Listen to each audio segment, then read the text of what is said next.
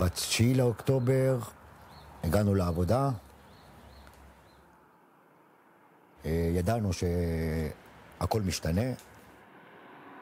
אני לא אעבוד בגיזום בטוח, כמפקח גיזום. ועבדנו בתקלות באזור גבולות, צומת יישובי חבל שלום. לא תיארנו לעצמנו כאילו סיטואציה שעדיין מחבלים נמצאים בשטח. ועבדנו רגיל, אומנם עם אפודים ועם כל המיגון שהיה צריך. ליווי של צבא, ליווי של מאבטח מחברת חשמל.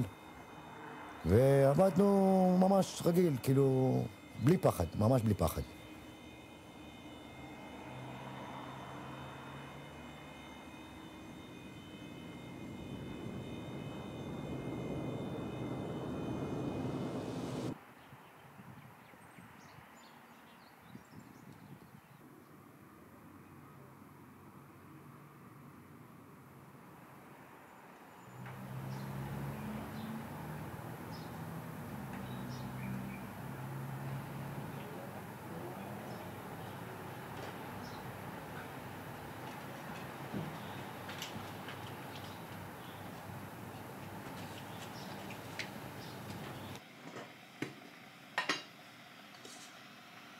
תגיד לי למה נמצא בביטחון.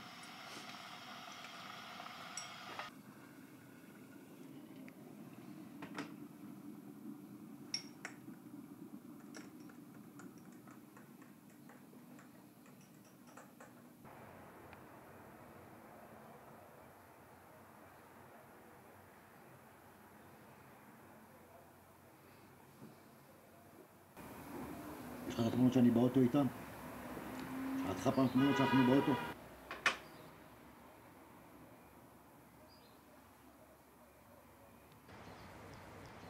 אני ברוך כהן, בן 54, אב לירין, עובד בחברת חשמל 32 שנה. ב7 לאוקטובר התעוררתי בסביבות 6 בבוקר. אחרי ששמעתי אזעקות, הדלקתי טלוויזיה, והמראה הראשון היה טנדר בשדרות.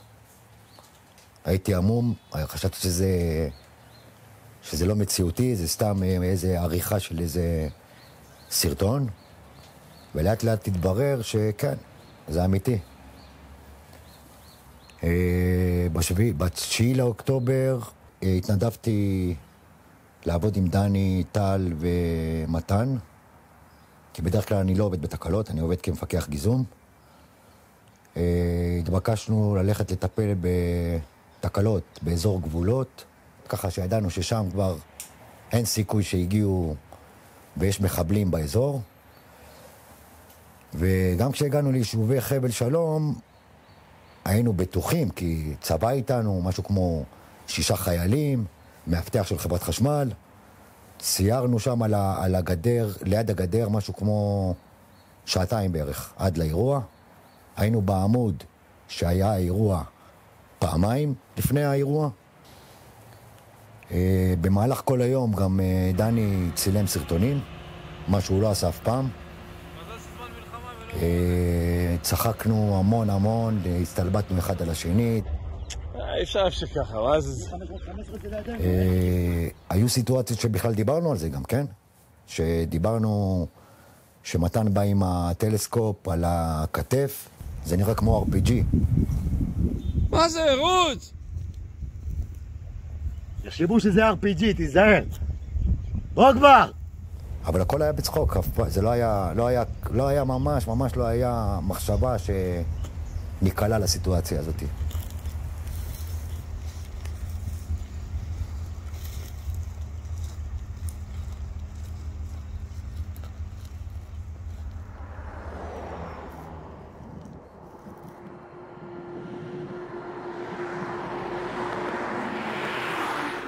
אנחנו עם הצבא נעצרנו ליד העמוד, 3 רכבים. קצין מהצומת מבקש מהליווי שלנו הצבאי להזיז את הרכבים. הליווי מזיז את הרכבים, משאיר אותי, את טל ואת דני בעמוד. דני וטל היו במרחק בין 10 ל-15 מטר ממני. התחילו לצעוד על הכביש, לכיוון הרכבים, ואני נשארתי לסגור ארון פיקוד על העמוד. יחידת לוטר הגיעו מכיוון כרם שלום לצומת, זיהו שני אנשים חוצים את הכביש ופתחו בירי. התכופפתי לשיחים, היה לידי שיחים, ואני בסך הכל חיכיתי לקבל גם כדור. אפילו כיוונתי את הגוף כדי לקבל את הכדור מאחורה ולא בפנים. הייתי בקשר עם הטיפול שלנו בטלפון, הם שמעו הכל. דיווחתי שיורים עלינו, שמעתי את דני צועק להם לעצור.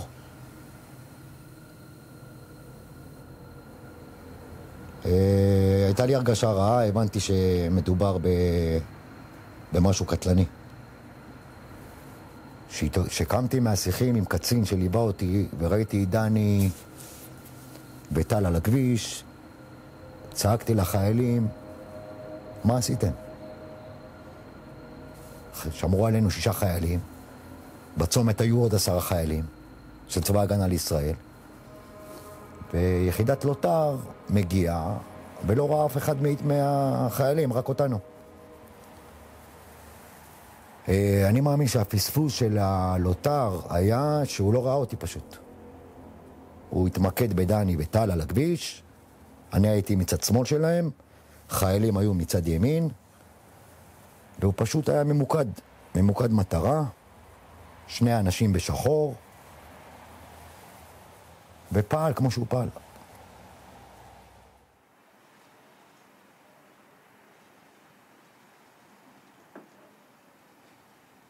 משם הם מפונים במסוק, לבית חולים סורוקה, ואחרי משהו כמו חצי שעה קיבלנו את ההודעה על שניהם.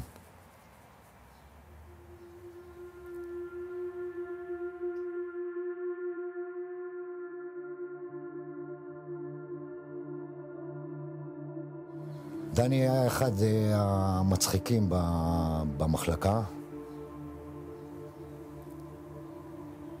דני היה אבא של הרבה עובדים צעירים. זה אירוע מאוד קשה, גם למחלקה עצמה.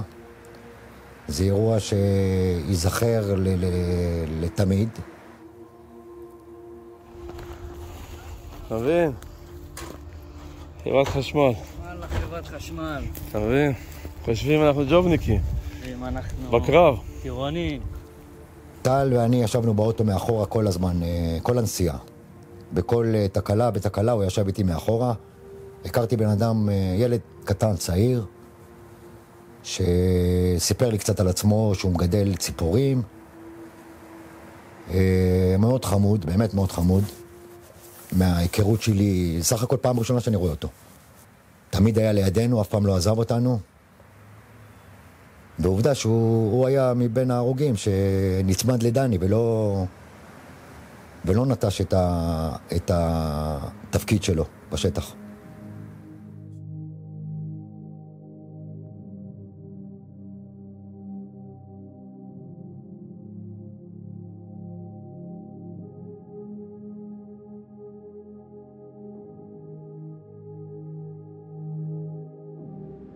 מה עזר לך להתמודד עם המקרה? עזר לי להתמודד עם המצב ולעשות דברים לזכרו של דני. כמו חנוכיה שעשיתי, תמונות שהתקנתי על בלוקים מעץ כדי להנציח אותו בחברה. וכמובן לדבר עליו הרבה.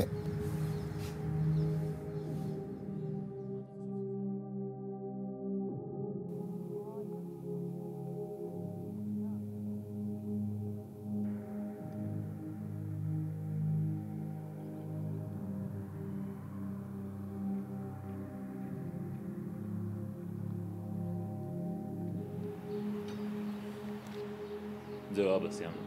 זהו?